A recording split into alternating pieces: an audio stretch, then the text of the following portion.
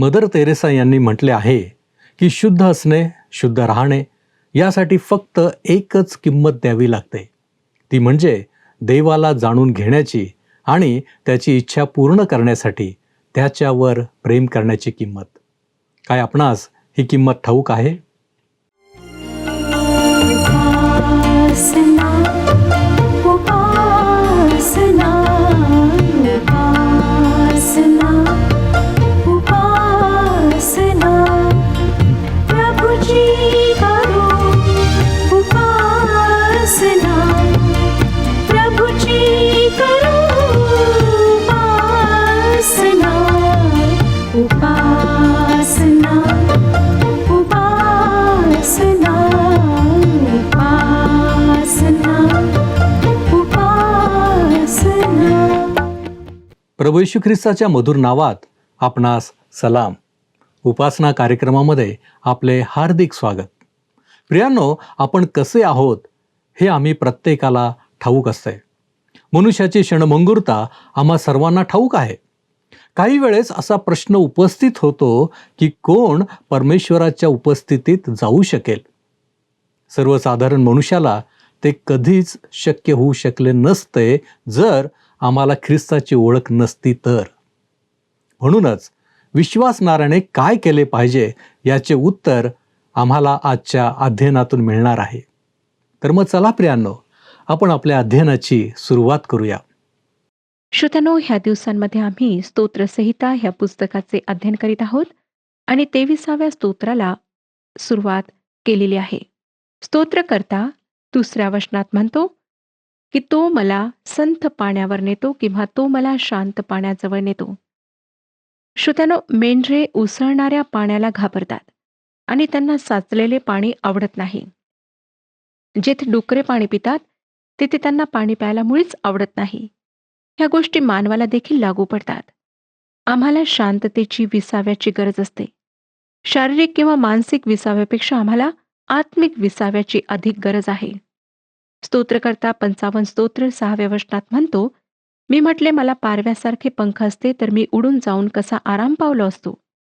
परंतु नंतर त्याच्या लक्षात आले की समस्यांपासून पळून जाऊन त्याला विसावा मिळू शकणार नाही. आरामासाठी त्याला परमेश्वरावर विश्वास ठेवण्याची गरज आहे आणि धीराने त्याची प्रतीक्षा करणे आवश्यक आहे. येशू ख्रिस्ताने कष्टी व भाराक्रांत लोकांना आमंत्रित करून म्हटले, मत्ते शुभवर्तमान 11वा अध्याय आणि 28व्या वचनात, अहो कष्टी व भाराक्रांत जन हो, तुम्ही सर्व मजकडी या, म्हणजे मी तुम्हास विसावा देईन.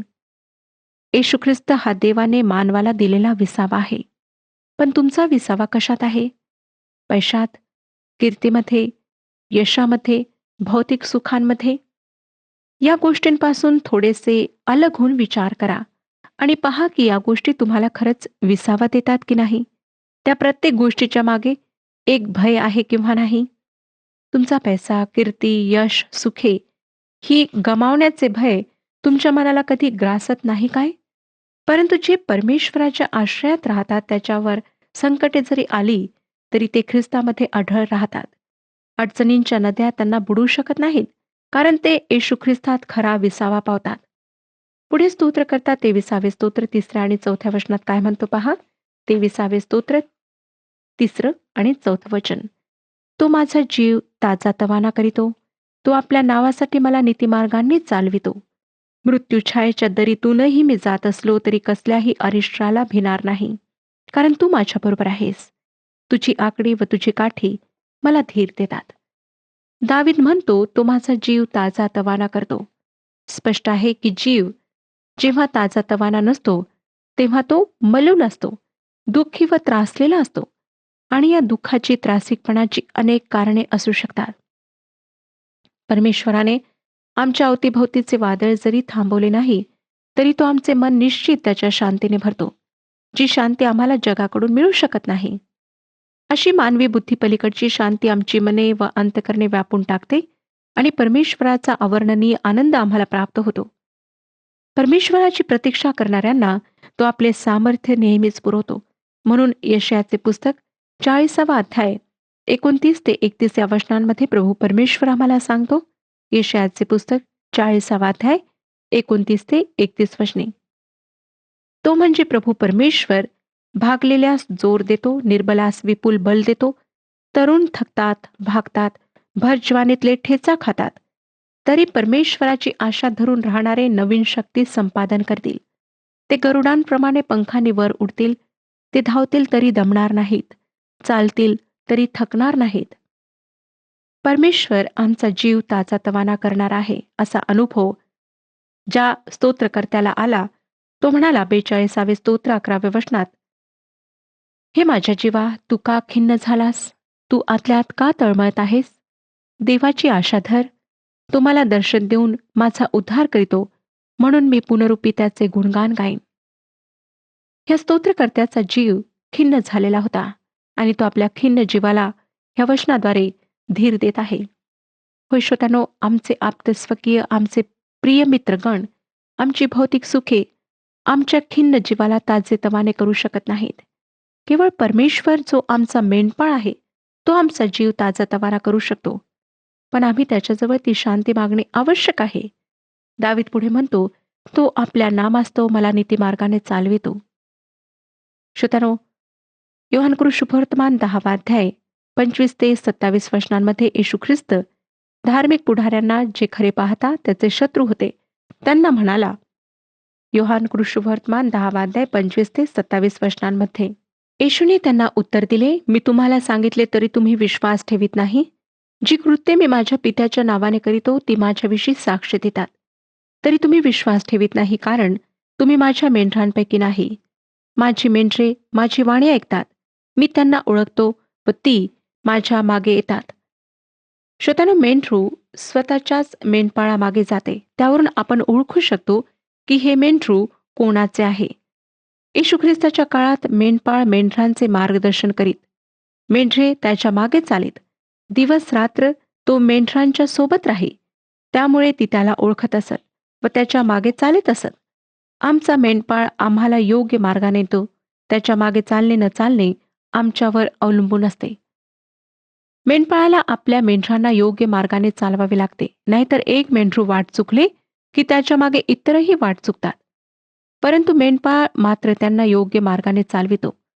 त्यांची एकच जबाबदारी आहे, ती ही की मेंढपाळाला अधीन होऊन त्याच्या मागे चालणे. आम्ही स्वतःच्या प्रयत्नांनी नीतिमार्गाने चालू शकत नाही, कारण आमच्यामध्ये मुळातच पाप भिनलेले आहे.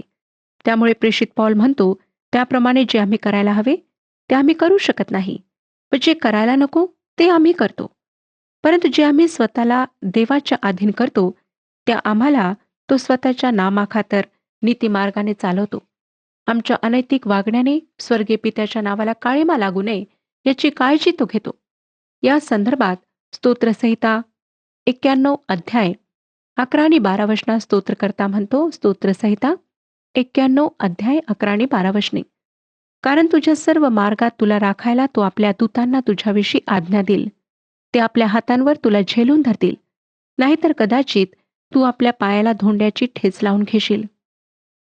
परमेश्वर आम्हाला स्वतःच्या नामास्तव आपल्या नीतिमार्गात चालवितो, कारण आम्ही अशक्त व दुबळे आहोत.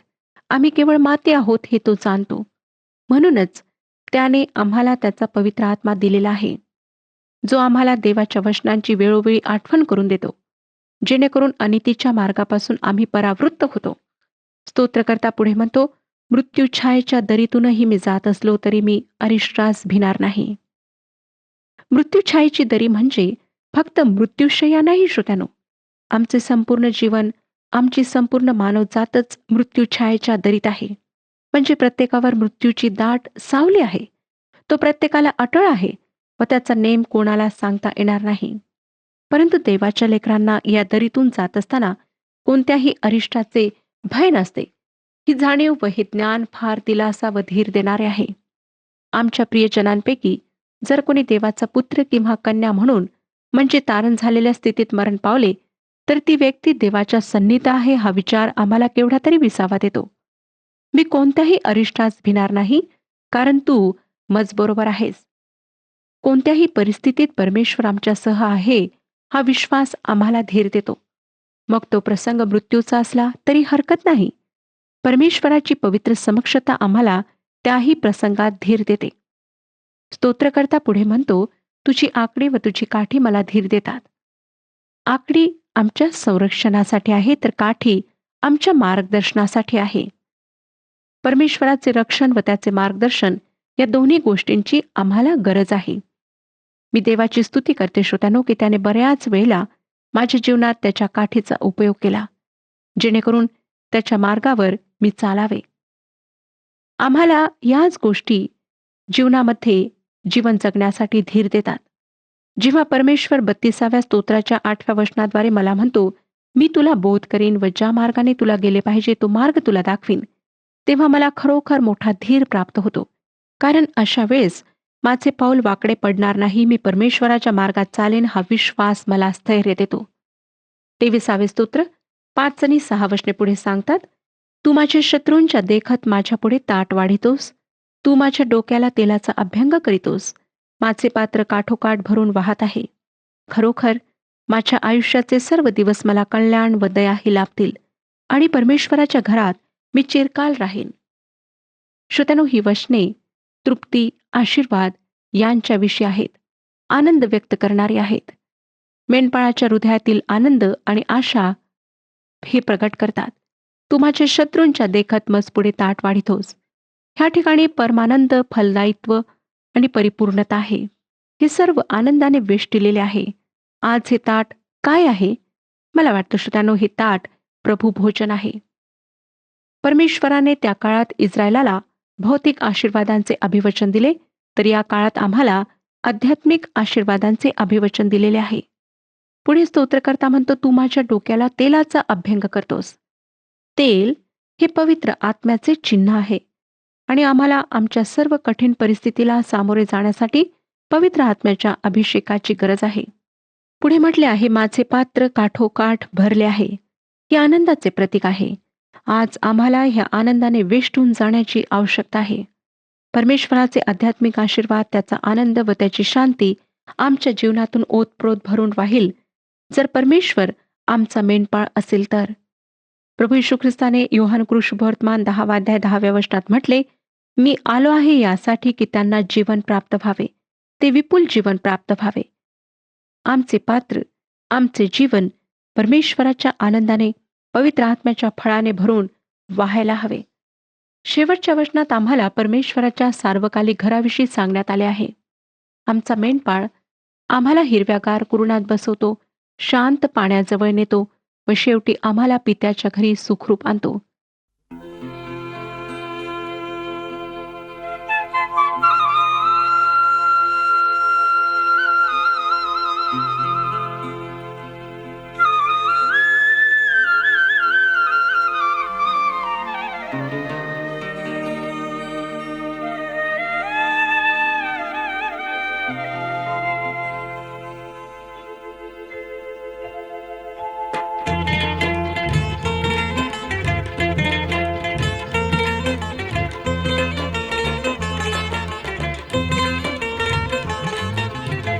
हरलो हरलो मी प्रभु देवा, कैसी घडे तव सेवा. हरलो हरलो मी प्रभु देवा, कैसी घडे तव सेवा. कैसी घडे तव सेवा, कैसी घडे तव सेवा. हरलो हरलो मी प्रभु देवा, कैसी घडे तव सेवा.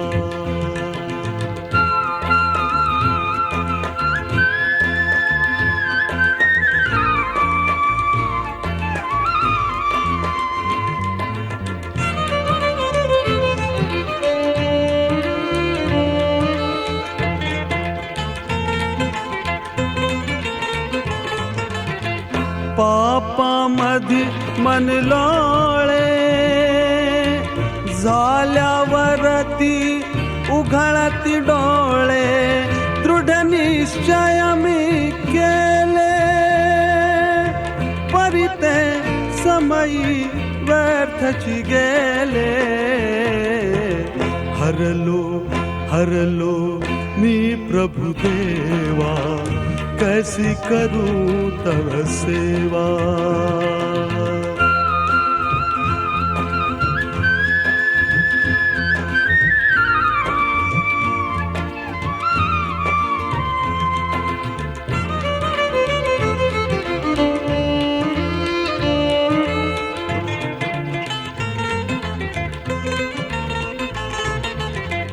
तोची विवेक काटा करिता बोध कुटे मज फाटा.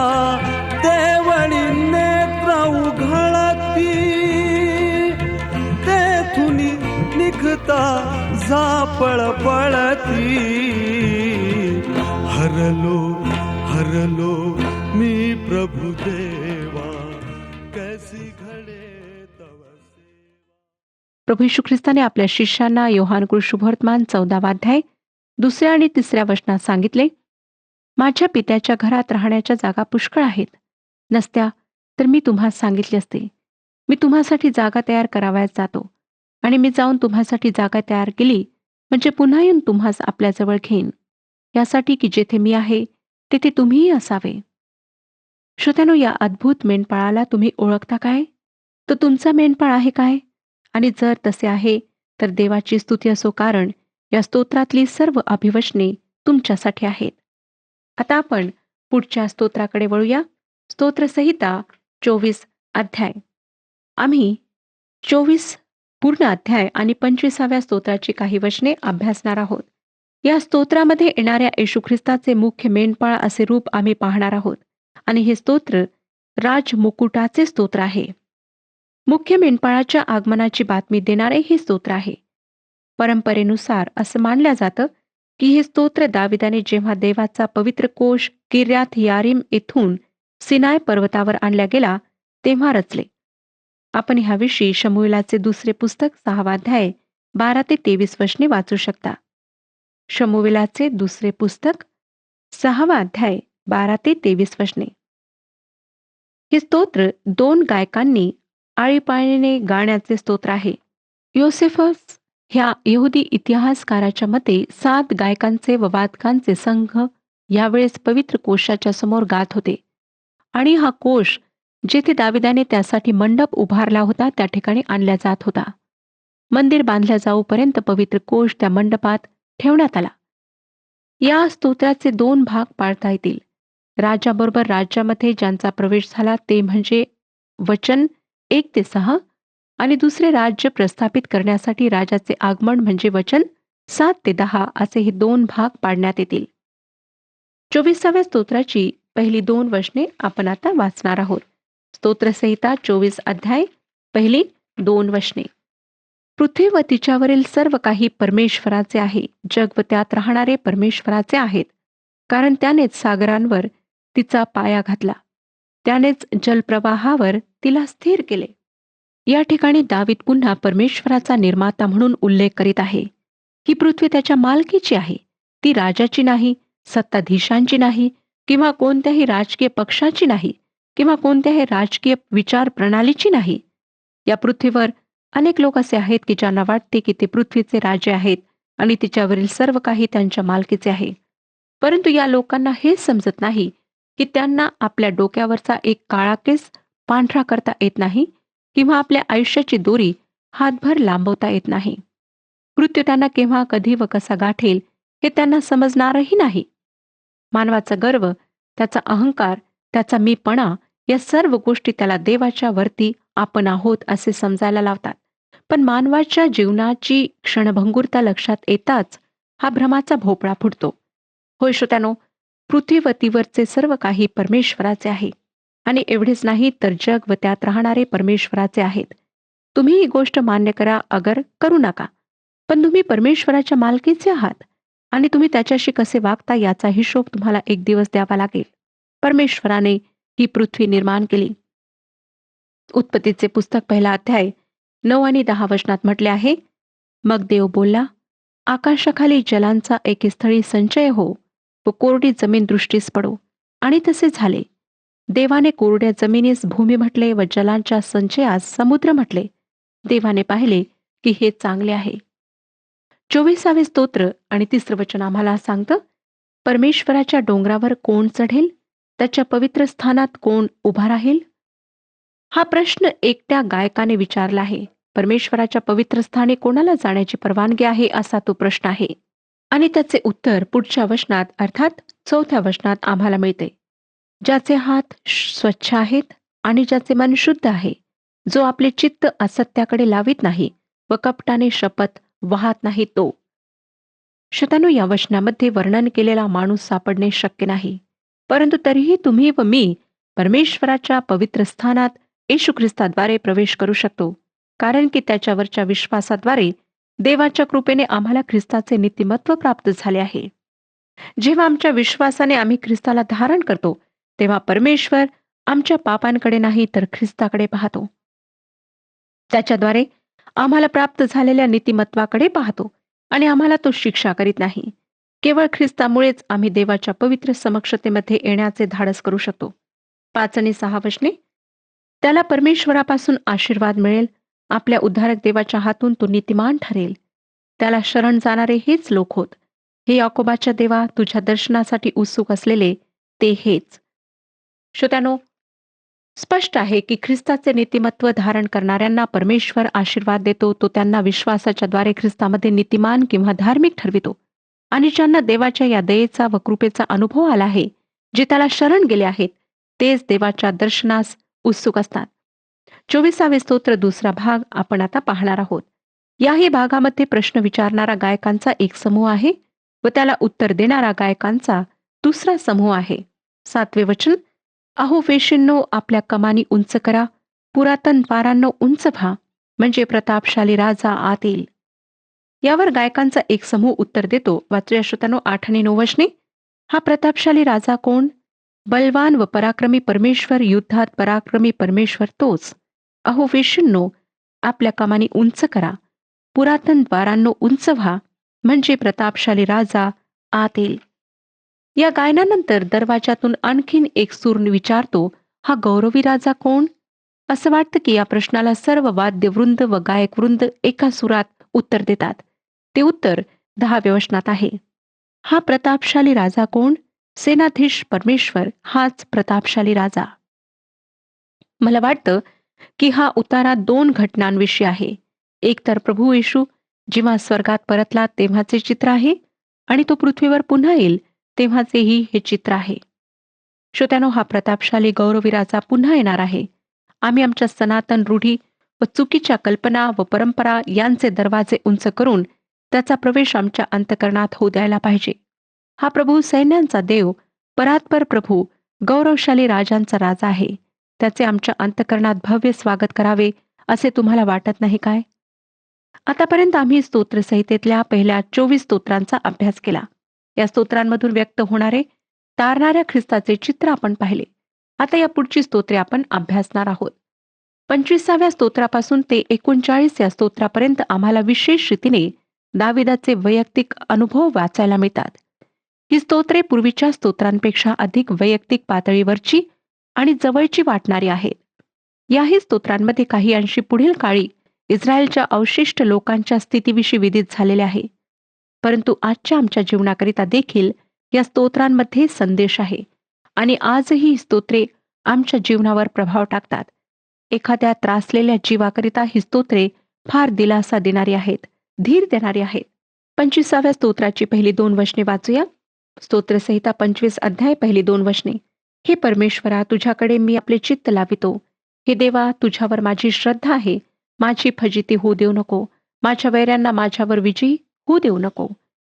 दावीद परमेश्वराशिवाय इतर कोणाकडेही आपले चित्त लावित नाही, कारण त्याला माहीत आहे की कोणाकडूनही त्याला हवी ती मदत मिळणार नाही. जो आकाश व पृथ्वी यांचा निर्माण करता तोच परमेश्वर त्याचे सहाय्य करणार आहे. श्रोत्यांनो, मदतीसाठी दावीद केवळ देवावर विसंबून राहायचा. आता आपण 3 वचन वाचूया. तुझी कास धरणारा कोणीच फजित होत नाही. निष्कारण कपट करणारे फजित होतात. दाविदाला अनुभवाने माहीत आहे की प्रभू देवावर अढळ श्रद्धा ठेवून चालणारे लोक कधीही फजित होत नाहीत. 4 आणि 5 वचन. हे परमेश्वरा, तुझे मार्ग मला दाखव, तुझ्या वाटा मला प्रगट कर. तू आपल्या सत्पथाने मला ने, मला शिक्षण दे.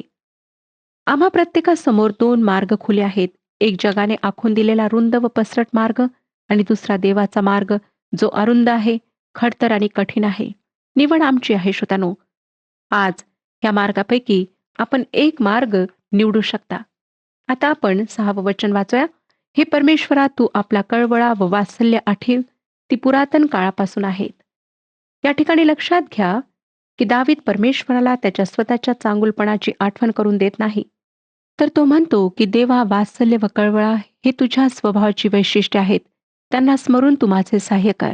श्रोत्यानो, तो स्वतःचे सद्गुण नव्हे तर परमेश्वराचे सद्गुण पुढे मांडत आहे आणि म्हणत आहे की या सद्गुणांस्तव परमेश्वराने त्याचे सहाय्य करावे. मला वाटतं आमच्या प्रार्थनांमध्ये आम्ही अशाच प्रकारे देवाजवळ विनंती करणे योग्य आहे, कारण देवापुढे आमची पात्रता, आमचे सद्गुण, आमची सत्कृत्ये मातेपोल आहेत. परमेश्वर आपल्या सर्वांस आशीर्वाद देऊ. मागील कार्यक्रमातील प्रश्नाचे उत्तर आहे डी. 22, 23 आणि 24 या 3 स्तोत्रांना मेंढपाळाची स्तोत्रे असे म्हटले जाते. आजचा प्रश्न: दाविदाचे वैयक्तिक अनुभव आम्हाला कोणकोणत्या स्तोत्रांमध्ये वाचायला मिळतात? ए. 51 ते 60, बी. 25 ते 39, सी. 40 ते 50, डी. 18 ते 24. प्रियांनो, या प्रश्नाचे उत्तर उद्या सकाळी 6 वाजण्याच्या आधी पर्याय ए, बी, सी किंवा डी लिहून आपले नाव, पत्ता आणि ठिकाण यासोबत मोबाईल नंबर 7021474742 वर SMS किंवा व्हॉट्सॲप करा. प्रियानो, आपण पाहिलंय की देवामध्ये चांगुलपणा आहे आणि तो आम्हा प्रत्येकाची काळजी घेणारा देव आहे. विश्वासणाऱ्याने देवाच्या निर्मितीतील स्वतःचे स्थान ओळखणे आवश्यक आहे. शुद्धता आणि सत्याद्वारे गौरवशाली ख्रिस्त याचे स्वागत आमच्या जीवनामध्ये केले पाहिजे. देवाचा विश्वासूपणा आम्ही अनुभवायला हवा. तेव्हाच आम्हाला खऱ्या अर्थाने परमेश्वराच्या उपस्थितीत जाता येईल. प्रियानो, काय आपण स्वच्छ हाताचे आणि शुद्ध मनाचे आहात? काय आम्ही पवित्र आणि शुद्ध जीवन जगण्यासाठी कटिबद्ध आहोत? आपण आत्मपरीक्षण करूया. आपण प्रार्थना करू. प्रभूजी, आम्ही तुझे लेकरं या नात्याने तुझ्या चरणांपाशी आलेलो आहोत. प्रभूजी, आम्हाला ठाऊक आहे, तुझं वचन आम्हाला शिकवतं की तू पवित्र देव आहेस आणि तुझी इच्छा देखील हीच आहे की आम्ही देखील तुझी लेकरं या नात्यानं आम्ही देखील पवित्र असावं. आणि म्हणूनच प्रभूजी, आम्ही तुझ्या चरणापाशी आलेलो असताना आम्ही तुला विनंती करतो, प्रार्थना करतो की तू आम्हाला शुद्ध मन दे. होय प्रभूजी, की जेणेकरून आम्ही पापामध्ये अडकणार नाही, पापाची सत्ता आमच्यावरती चालणार नाही आणि प्रभूजी, आम्ही खऱ्या अर्थाने तुझ्या सानिध्यामध्ये वावरणारे तुझे लेकरं बनू शकू. होय प्रभूजी, तू आम्हाला सहाय्य कर, तू आम्हाला मार्गदर्शन कर. तुझी कृपा आम्हाला हवी आहे. या सर्व गोष्टी तू देऊ शकतोस हे आम्ही जाणून घेतलेलं असताना तुझ्या नावाला धन्यवाद देतो आणि या सर्व विनंत्या, मागण्या येशू ख्रिस्त आमचा प्रभू याच्याद्वारे करतो म्हणून तू ऐक. आमेन. आपली पापे पदरी घ्या आणि पापापासून दूर राहा. प्रभू आपणास मार्गदर्शन करो.